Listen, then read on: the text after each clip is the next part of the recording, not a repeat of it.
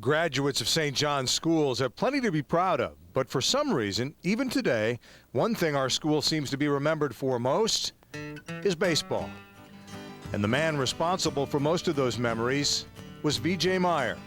James Vincent Meyer was born and raised in Elkader, Iowa. After graduating from Loras College, he settled in Bancroft at St. John's in 1935. I came here in a sort of an accidental way. I intended to be a priest at one time. I went to the seminary for a year and a half in St. Paul.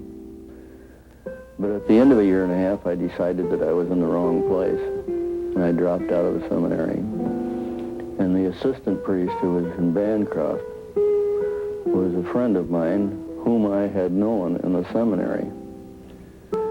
When I dropped out, he asked me if I'd be interested in a teaching job. Well, I was certainly interested in a job. In 1935, everybody was interested in a job. So coaching was a part of teaching, and that's how I became a baseball coach. Get the ball across.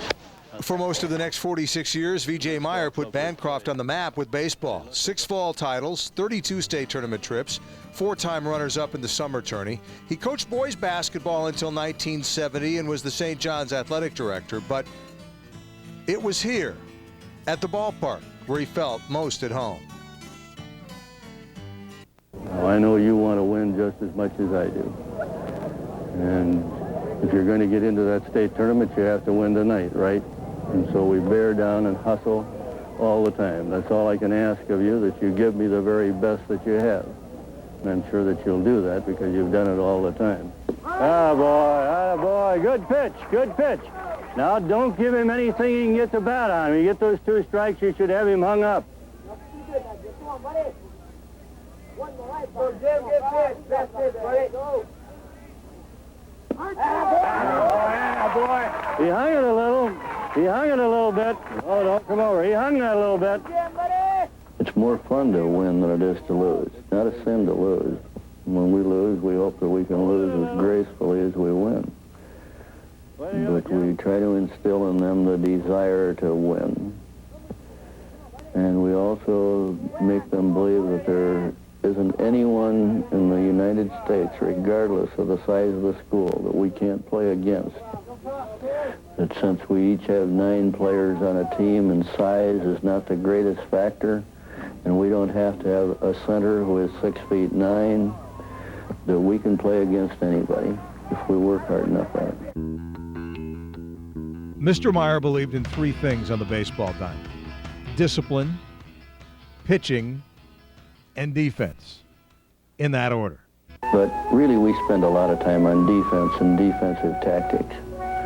And we feel that if we have a pitcher who can get the ball across the plate and a defense that can handle the ball, we'll beat most teams.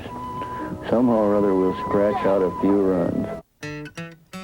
He won more than 1,100 games, at the time a national record for high school baseball, but it was the style of Mr. Meyer that set him apart. Anybody who played for him will tell you that there is one coach still at work today who reminds us a little bit of Mr. Meyer. Let's see, was it this guy? How about this guy? No. This guy. I doubt if Mr. Meyer ever met him, and I know Mr. Meyer never threw a chair, right? But he had that knight-like intensity, a similar passion for the game. By the time Iowa TV stations started doing documentaries on him in the mid-'70s, the voice was a bit quieter, but the words still strong. All you have to do is swing the bat. I don't think you'd have to be too intelligent to understand that. I'm not very happy about you, about the way you look and about the way you act. What happened then, do you think? I don't know. You must have some idea of what happened. You go through the motions out here. You could get killed. If the game is worth playing, it's worth playing with enthusiasm. When Mr. Meyer talked, you listened. And these players knew just how to answer these questions in 1980. Do you think he's sometimes too tough on you guys? No, never. I don't know. He yells at us, we deserve it. If I continue to play, I'll try to keep all his directions in mind. But I have hopes of coaching myself, and I use all his philosophies. The only reason why tells you things you're doing bad is Because he wants you to improve. Meyer is one of the calmest coaches I've ever seen. So it just goes to show you that a soft touch goes a long way. Okay, so WHO's Trina Creighton didn't exactly capture the essence of Mr. Meyer's style in that report. Yes, he was intense and he was demanding, but more than that, he dared to treat young athletes like young men. He challenged us with his intelligence, his high expectations, and a bit of a sense of humor at times as well. You know what Dizzy Dean said? You can't strike out 27 if you don't strike out the person. Hey, never throw a high pitch to a farmer. What do you call being well coached? Doing everything I tell him to do, when I tell him to do it. If I say climb that pole out there, I want him to climb that pole right now. And he'd start, I'm sure, any one of them. You, go over there and climb that pole. The intangibles separated him from just about anybody else who's ever coached high school athletes in Iowa. Anybody who spent time around Mr. Meyer was at times nervous, often inspired, maybe confused, but never bored. If we lose and we play well, it doesn't make any difference. If we win and we look bad, I'm not happy at all. Who's hitting this infield for us? You want me to Eric, you hitting it, Eric? No, I don't. Shoot it back. Very sick. Don't hit the ball to right field. All right, I'll tell you. Okay, let's shake it up. For nearly 5 decades, Mr. Meyer represented our school, our whole community, really. While he was building a baseball program, he was building a family, too. He and his wife, Mary, had 4 children. One of the most touching moments in a public TV documentary on Mr. Meyer back in 1975 came when he spoke of his son, Robert. How about your nephew, Michael? No, he can't talk, that's right.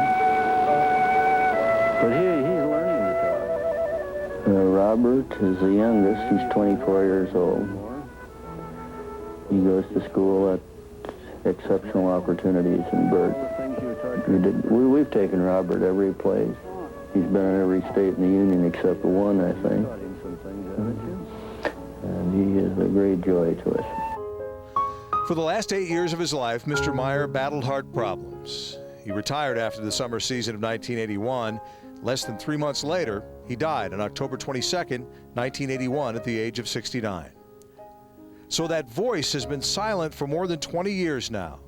But the lessons he taught so many players continue to serve so many of us so well. We miss him just as he knew he would miss the game he loved so much. I really miss it. I'll miss the players. I'll miss being around young people. As I said, these are the greatest young people in the world, the ones we have here.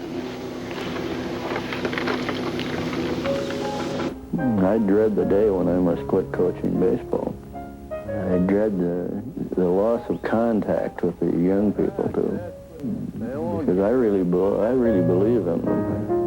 You know, some of the boys that I have on this team, you know. Most of the teams, they say coach, they call me Mr. Meyer.